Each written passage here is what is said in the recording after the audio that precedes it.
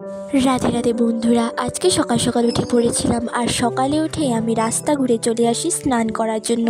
স্নান করে আবার চলে যাই একটু বাইরে। আর বাইরে এখানে এই পুকুর পাড়টাতে পুকুরের সব কেটে সাফা করে দিয়েছিল। আর এই গিমাই গাছগুলো হয়েছিল, একদম জঙ্গল হয়ে গেছে জানো তো।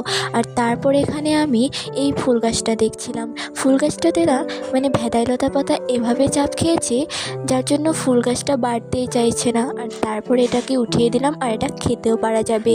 আর তারপর ঘরে এসে পড়ি। আর এখানে এই আম গাছটাতে না পুরো মানে একদম কি বলবো, এবার আম বলতেই লাগেনি, আর 2-3টে ছিল। তো এটাই আমি তোমাকে একটু দেখিয়ে দিলাম।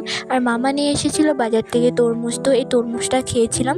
আর আমার গরম দিন স্টার্ট হয়েছে, তো সবাই তো এভাবে জল খাচ্ছে মনে হচ্ছে, তো আমিও খাচ্ছি। মানে একদম না খেয়ে থাকা যায় না গো। আর এখানে আম একটা কেটে দেওয়া হয়েছিল বনুকে, তো বনু এই আমটা খেয়ে অন্য ওর বান্ধবীর সাথে খেলা করছিল।